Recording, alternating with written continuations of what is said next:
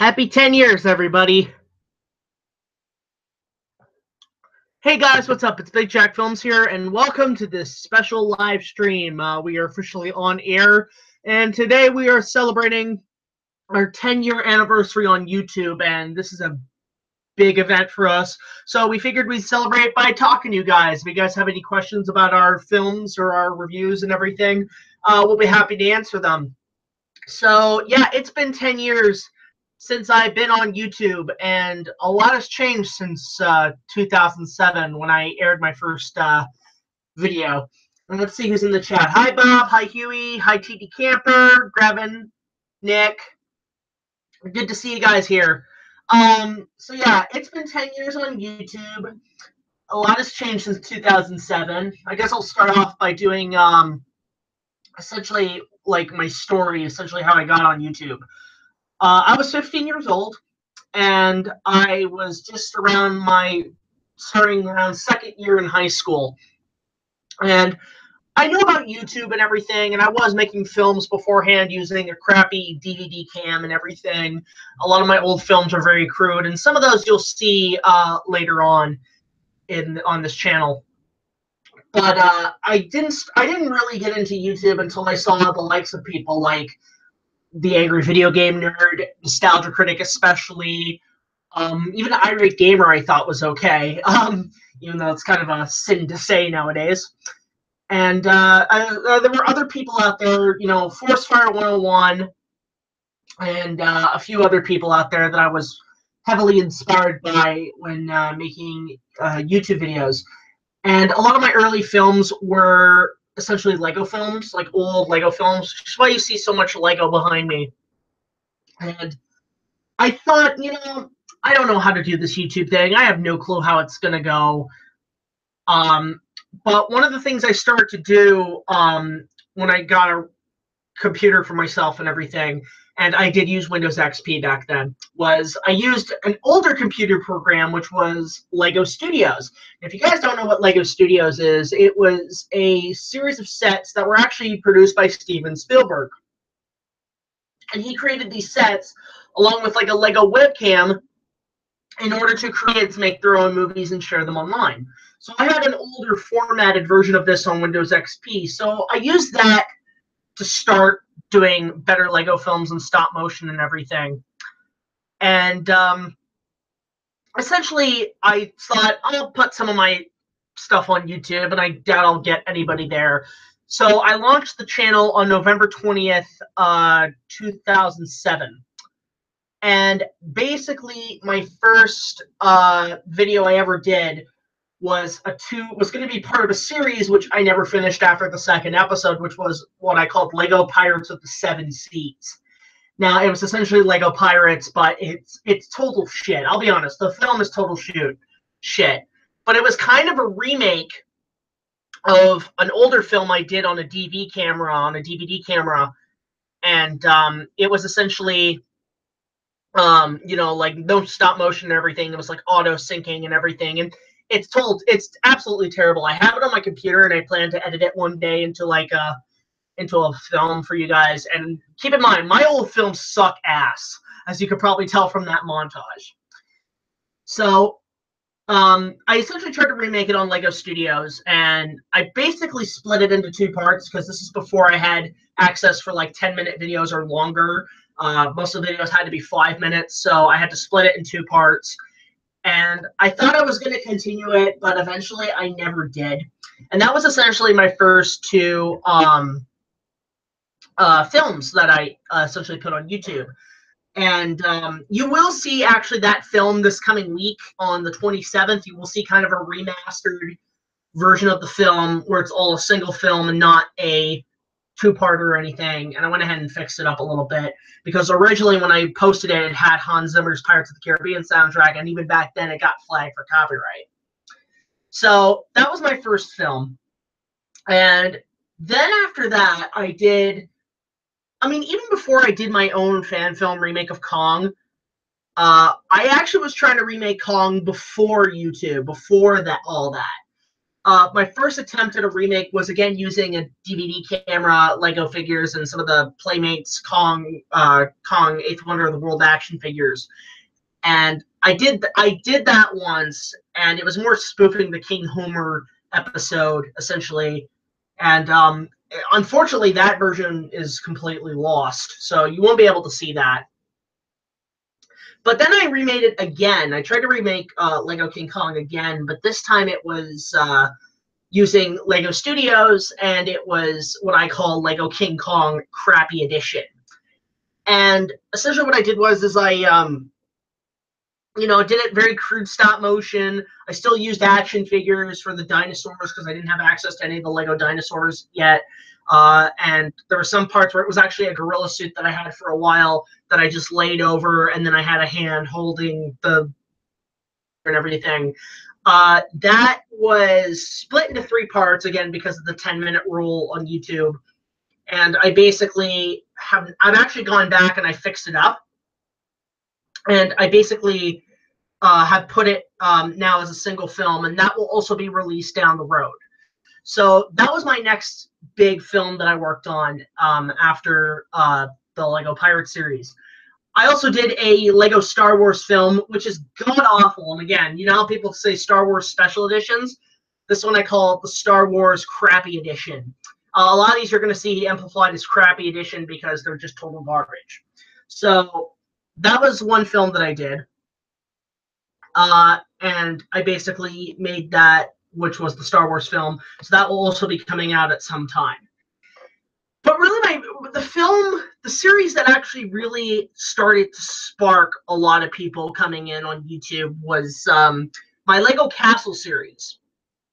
Now, if you want to know about my Lego Castle series, it was essentially basically taking the 2007 castle sets and basically creating an episode per set.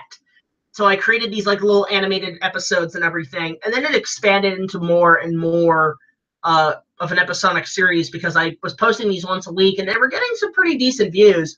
So I kept it going, and it lasted for about, I'd say, 2 3/4 of a season until I kind of gave up on it because I had moved on to other things and I was preoccupied with other stuff. Those are still on my original channel, but I think at some point I will put them in a compilation as a film some point down the road.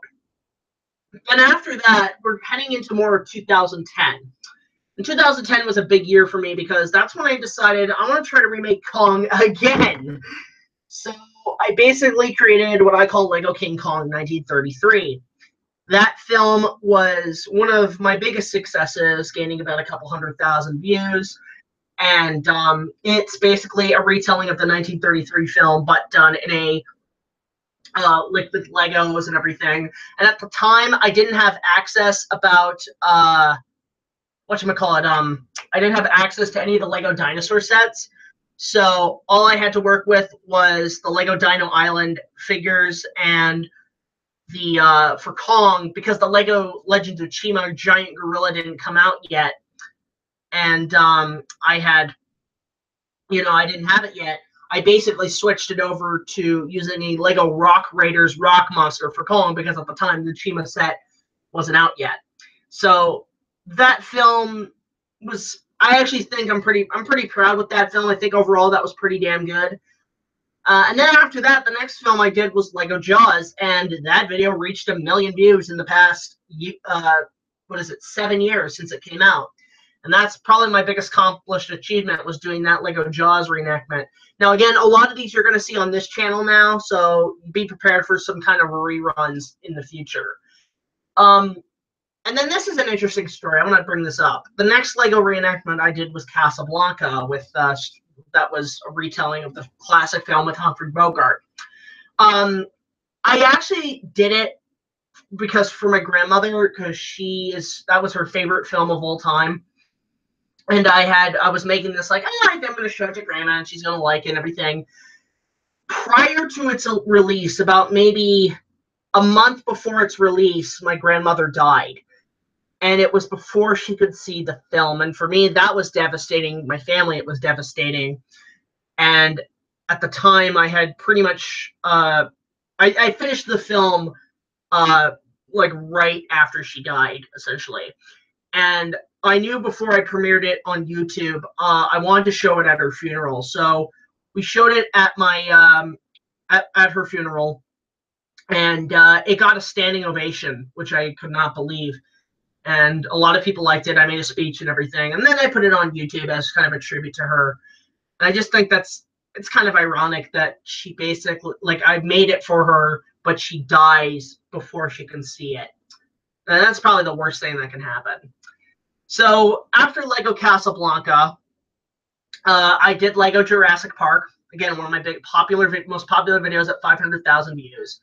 That was the longest undertaking because I was basically trying to create Lego Jurassic Park, but it was, before Lego Dino, the Dino sets came out, before Lego Jurassic Park sets came out. So I was using like old primitive Lego sets. Again, that one was a big, huge accomplishment for me because it was just it was actually the longest reenactment, almost at 30 minutes. And that one, again, is pretty good. I think at some point I will remaster that because, again, there's a lot of the copyrighted music is fucking up, obviously, monetization for it. But who knows? I might do something with it in the future. So anyway, once the Lego reenactments happened, I had basically made a trip to Hollywood, California, which is why you can see those Universal Studios trips on my channel. I had made this trip to Hollywood. I wanted to see it for myself. I visited the Grauman's Chinese Theater. I had gone to Disneyland, of course, and I obviously went to Universal Studios Hollywood and went on the tour, which was great. At the time, I had just bought a new camera. It was a 720p camera, and I just bought a new laptop, and I was thrilled about it because I was giving more higher quality products and everything. So going to the trip to California and seeing the newly built King Kong 360 3D attraction, I had decided that, I've got better technology now. Why don't I try to do a proper remake of Kong? And my basic premise was make a remake of Kong, but on a 1976-esque budget. So the script started around September 2010. We started filming in May 2011, and we finished it in 2016. And that was to date. I never knew it would take that long to create. And basically, actually, it's funny because before that, I was planning to do Lego Titanic, and I was actually holding auditions online, doing voices and everything, but my interest kind of faded away, and that's when I got into Kong. Kong pretty much took a lot of time out of me. And also around 2009, I started doing my first movie reviews, and my first movie review, believe it or not, was Dragon Ball Evolution. I do plan around 2019 to do a proper review of that film because every time I've gone back, it's gotten worse and worse. So I am basically wanting to go back to my older reviews and make them like actual reviews for the show. So once we hit the third year of production on Kong, I actually started up the second channel, the bonus channel, which is now the official BigJackFilms channel. And I had essentially started, I kind of thought the idea of reviewing the original Kong for the 80th birthday, that was my original intent, was just to review the first one. But I kind of, as I was going along editing the first review, I kind of thought, well, I could probably do more of these. And basically what I did was what I essentially did was create my answer to Cinemassacre's Monster Madness, which was doing all the King Kong related stuff I could get my hands on because I was a huge expert as I was going along in the production. So I basically, started with a few episodes leading up to it. I was writing as I was producing, and the Kong reviews have also become some of my most highly successful videos of all time. So I am very grateful that a lot of people have tuned in for this show, and I can't wait to show you the season finale at the end of December, which I'm currently working on. It's about halfway done, actually, because I actually found a new way to film it, edit it, and make it a little bit easier for myself. So that's where I'm kind of in the state right now, is just occupied with reviews. I do eventually want to go on to make short films, and I do want to go on to do another feature film at some point. But for now, I'm kind of, because I'm now officially part of the YouTube Partner Program, I do want to move on to you guys and so on. So you're going to see a lot coming in the next month and, of course, in 2018. So now that we've gotten my life story out of the way, I think it's about time we answer some questions. Now, I am seeing in this chat, guys, I'm seeing a bit of arguing here. Let's try to keep it clean, people. We're going to go through a couple questions here, and I guess we'll get started. So Huey has a big question: is if Disney made a Kong movie, especially an animated Kong film? I've gotten that question a lot, and I think honestly, Huey, because of the Mighty Kong, it just that concept kind of flopped. I think if anything, Disney has already done its version of Kong, and that is with Mighty Joe Young. That was, I think, honestly, the definitive Disney Kong movie, in my opinion. But I might do a Let's Talk on it sometime down the road. Have you ever watched Fat Albert? I actually used to watch that show a lot as a kid, Brian. But I most fondly remember the live-action film, believe it or not. It's funny because that was one of a big inspiration to create sort of some sort of dimensional portal thing. Because I remember seeing the Fat Albert movie and just being stunned at the fact that they came out of the TV and everything. That was kind of a cool concept. I know a lot of people don't like the Fat Albert movie, but I think it's kind of a guilty pleasure for me. When was the first time I watched Kong 76?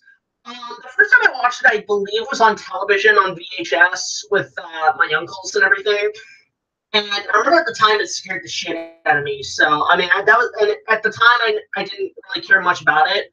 Actually, you know what? Fuck. The first thing I ever saw Kong 76 was when my uncle first showed me the original King Kong on VHS. But then afterwards, we watched King Kong Lives. And we watched the whole prologue at the beginning. That was the first thing I ever saw of Kong 76. So I kind of spoiled myself. So that was the first time I saw anything King Kong 76 was that, and then it's eventually grown to become my favorite film. CJ asks, "Are you quitting? Are you quitting YouTube?"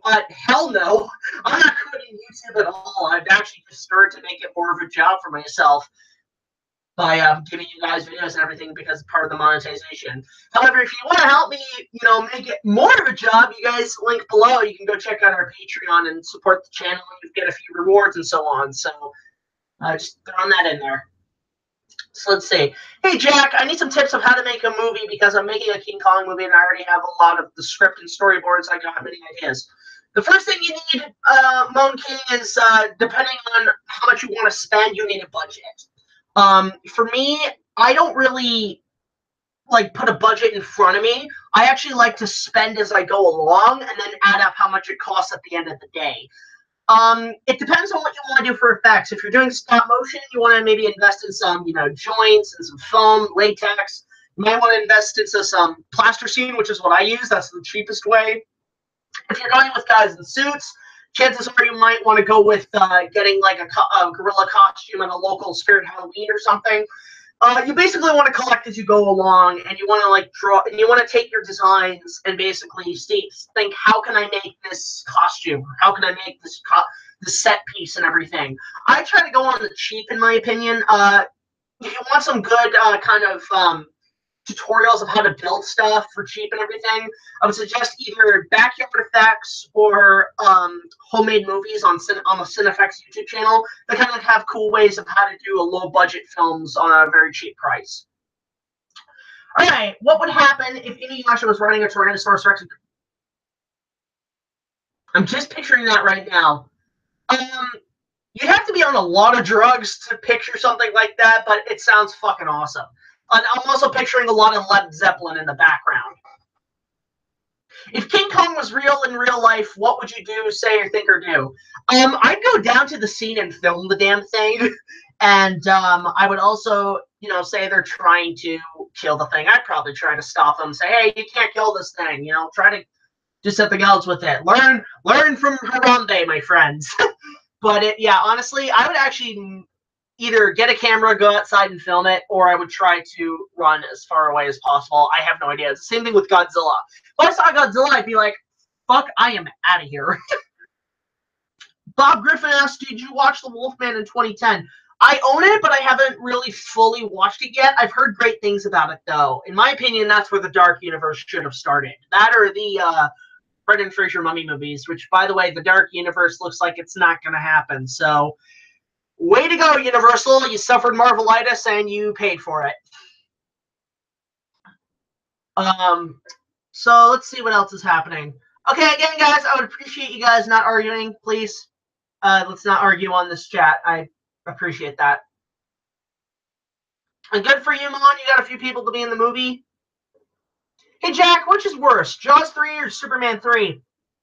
I'd have to say Superman 3. I know a lot of people sort of like that movie, but to me, the parts of Superman are depressing. Like, when he's drinking, I want to turn the movie off because it's like watching a PETA commercial. And Richard Pryor is basically jar-jarring the shit out of that movie. And it doesn't fucking work. So Superman 3, I'd rather watch Jaws 3D, honestly, because at least Jaws 3D, as bad as that is with its effects, it's got a cooler concept and it looks a lot more fun. Let's see who else is here. When will we get the Kong King of the Apes review? I was waiting since it was teased. You will be getting that on New Year's Day. It will be the season finale to season 4. And it will be coming out on New Year's Day. And it is going to be a long review because there's a lot of story and stuff that's within the review that's going to be added into the episode. In fact, I got half of it done, and I've actually been tempted to split it into 2 parts. Not because it's long, because I figured, hey, 2 parts would be kind of more exciting. But I have to talk to my writer and producer team on that, which is some of my buddies, to see if they would agree with that concept or not. But yeah, you will most definitely see it on New Year's Day, the season finale review of Kong King of the Apes, which all I'm gonna say is that was hell watching that shit. All right, who would win in a fight, Hulk or King Kong? I'd have to go with Kong because Kong is taller and has more pounds, so he's more stronger. All right. Yeah, Kong 76 is a great film. It's weird because I used to I love both that and the original. They're both perfectly balanced as my favorite films, but it's really hard to choose which one is better in my opinion. I know I've kind of given Kong 76 extra points, but it's hard to basically choose. Do you want King Kong in the new Jurassic World movie next year? No. Keep Kong in a different universe and everything. Although I know there's a Jurassic Park comic that has a giant gorilla, so maybe I'll take a look at that sometime. I don't know. Ever thought of doing a crossover with Hardcore Kid or Brendan Terrell? Brendan Terrell, I would love to do a crossover with. One of the movies I really want him to review, Huey, is actually Yeti Giant of the 20th Century. One, because it's a King Kong knockoff, and 2, it was shot in Toronto. And because I think we're both Canadians, we could both kind of review it as kind of a Canadian duo. I don't know Brendan personally, but if I ever get a hold of him, I'd like to talk to him about this shit, because he just seems like a nice guy in general. Yeah, I did see that Happy Thanksgiving Jurassic World trailer. That kind of got my heart pounding. I'm like, okay, let's get that trailer now, because I have a reaction to give to you guys. Also, heads up, the next reaction I do for the Jurassic World thing, I won't show clips because I don't want to get copyrighted. So that is going to be happening. Wait, you're going to do a co-review with him? Yeah, you lucky motherfucker. Holy shit. That's awesome. What do you think of a Sailor Moon Universal Monster crossover in the style of Monster Squad? Holy shit, Jared, that'd be fucking awesome. I would like to see it. No, it's funny because I'm picturing it. The first thing I picture when I come to concepts like that is tone. The tone I'm thinking is something out of like Suicide Squad, that kind of like dark tone, but it's also kind of fun in a sense. What are your thoughts on the Star Wars Holiday Special? Okay, this is going to sound crazy. I don't really think it's that bad. I really don't think it's that bad. Like, it's bad. I mean, it's garbage. But honestly, like, I put it under of sort of so bad it's good. Like, there's enjoyment to watch of how bad it is. You just look at the actors and how awkward they feel and how uncomfortable they feel in the scenes.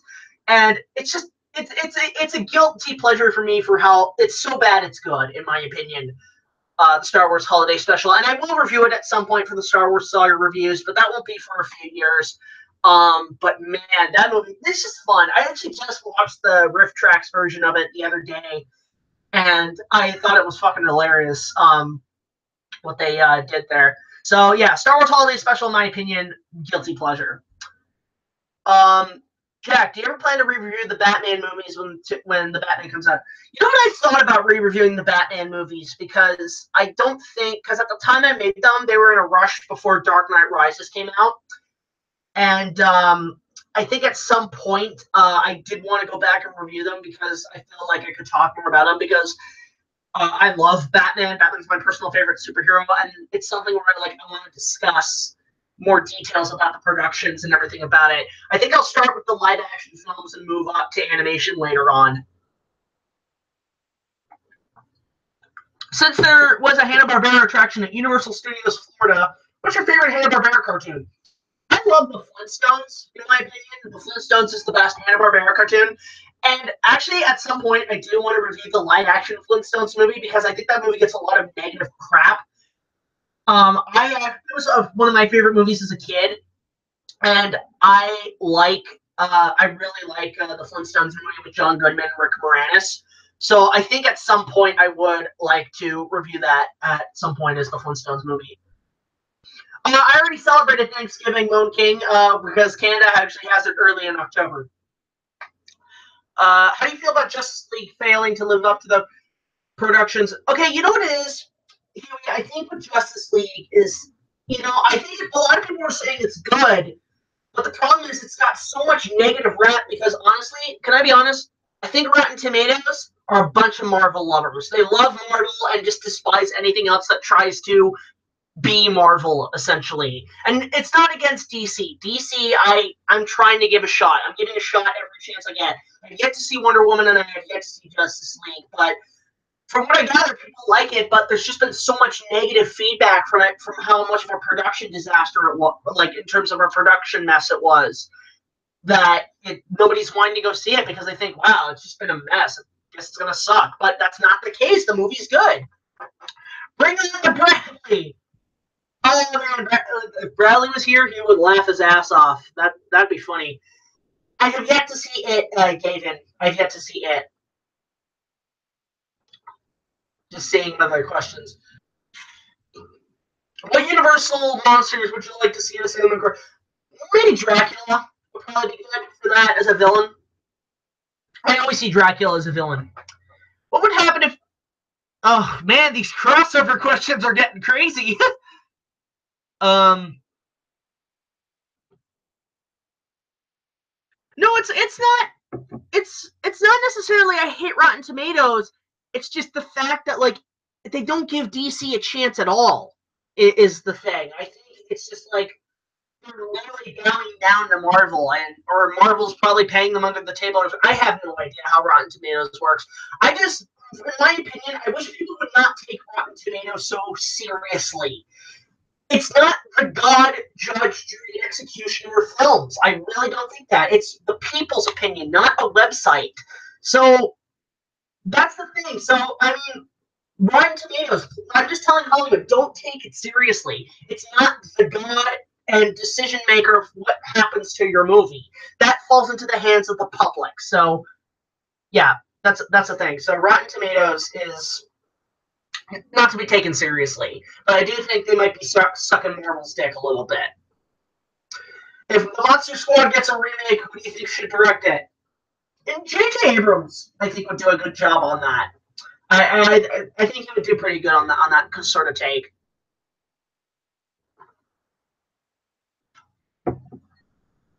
So, yeah, I'm just seeing if there's any other questions. No, I mean, again, I mean, take it seriously as in Hollywood. Hollywood should not take it seriously because they treat it like it's the judge, jury, and executioner of their films, and it's not.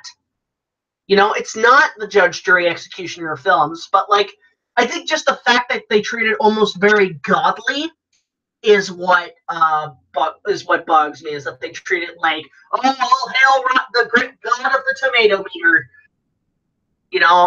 That's my only thing. You can take it seriously as like counting all the reviews and everything, but for me, I just don't care really about Rotten Tomatoes. If the movie interests me, I go see it.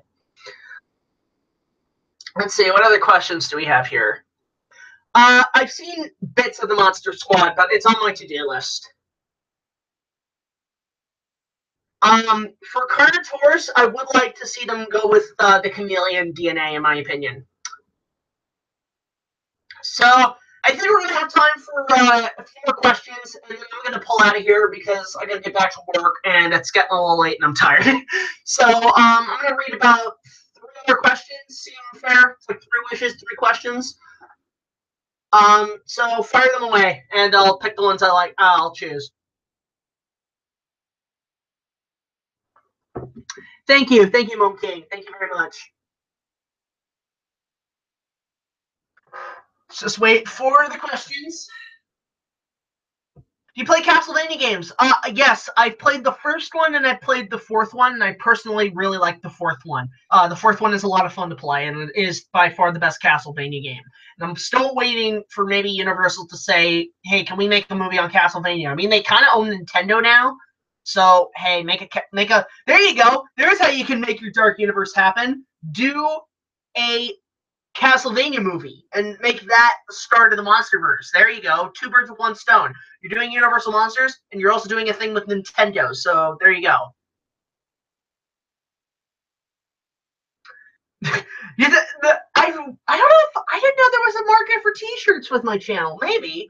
I don't know. We'll have to see. That'd be kind of cool to make T-shirts. Have you ever seen the 2015 Goosebumps movie starring Jack Black? No. I really did not have interest in seeing it, although I've heard good things about it. Show, but I did feel the movie was kind of just too cramped to be the show, in my opinion. All right, we're gonna go with what is it? 2 more questions. What would a Carnotaurus be like in Kong 96? The Carnotauruses in Kong 96 were actually going to be the raptors in the Brontosaurus Stampede, so they were going to be raptor-sized. And I don't think they were going to be anything special. I think they were just designed to be raptor-sized Carnotaurs. So, and you see that in my film as well. You see the Carnotauruses as raptor-sized creatures. So I was going more that when I was doing my remake, I was basing it a lot on Kong 76, on the Kong 96 draft. All right, finally, last question. Jack, do you remember your 3 Musketeers 3D rant? Yes, that was kind of one of my first reviews. It was my first negative review. It's funny you think you remember that. I had just come back from the theater and saw it, and I was just really pissed off because I'm a huge fan of the 3 Musketeers on film. Although I've heard about the book, I've never read the book. I'm a big fan of the lore. My personal favorite Musketeer movies are the Crouching Tiger, Hidden Dragon knockoff by Universal with Tim Roth as the bad guy, and the Disney film. I love the Disney film with Chris O'Donnell, Oliver Platt, Tim Curry, Charlie Sheen. I love that film. And the other one I really like is The Man in the Iron Mask with Jeremy Irons and Leo DiCaprio. If you guys haven't seen that movie, that's a decent movie, and it's a proper sequel to the story. So when I was seeing the trailers for the new 3 Musketeers, I'm like, okay. I mean, even when I saw the previews, I was like, this looks like eh. But I kind of went in with it like, wow, okay, a new 3 Musketeers movie. I'll go see it. I love those swashbuckling sword fight movies. I went in it, and literally, I was like, what the I literally went in, put my 3D glasses on. I was going to say, okay, I'm going to have fun with this movie.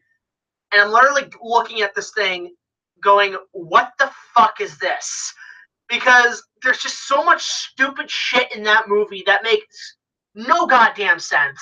And it's like a steampunk 3 Musketeers because you've got flying blimp pirate ships. Where was that in the book? Where was that in the other films? It's stupid. It makes no sense. And the other thing is, the 2 people I was rooting for the most was Orlando Bloom as the Duke of Buckingham and Christoph Waltz as the Cardinal. That's great casting decisions. but they couldn't even save that piece of shit. And I knew nothing about the director who made it, who turns out made those Resident Evil movies. God, is he the movie was fucking shit. It is one of the worst films I've ever seen. And I think at some point I do want to re-review it, because there's a lot of movies that I personally hate that I really want to tear a new asshole at. So, yeah, the Three Musketeers movie from 2011, terrible movie. Terrible, terrible, terrible movie. Like, avoid it like the plague. It's fucking awful. But yeah, so I guess that's it for this live stream, guys. I hope you enjoyed it. Keep leaving me comments down below afterwards. Don't forget to check us out on Patreon, like, comment, subscribe. I really appreciate you guys all sticking around for 10 years on YouTube, and I hope you continue to watch us for 10 years or what's more to come.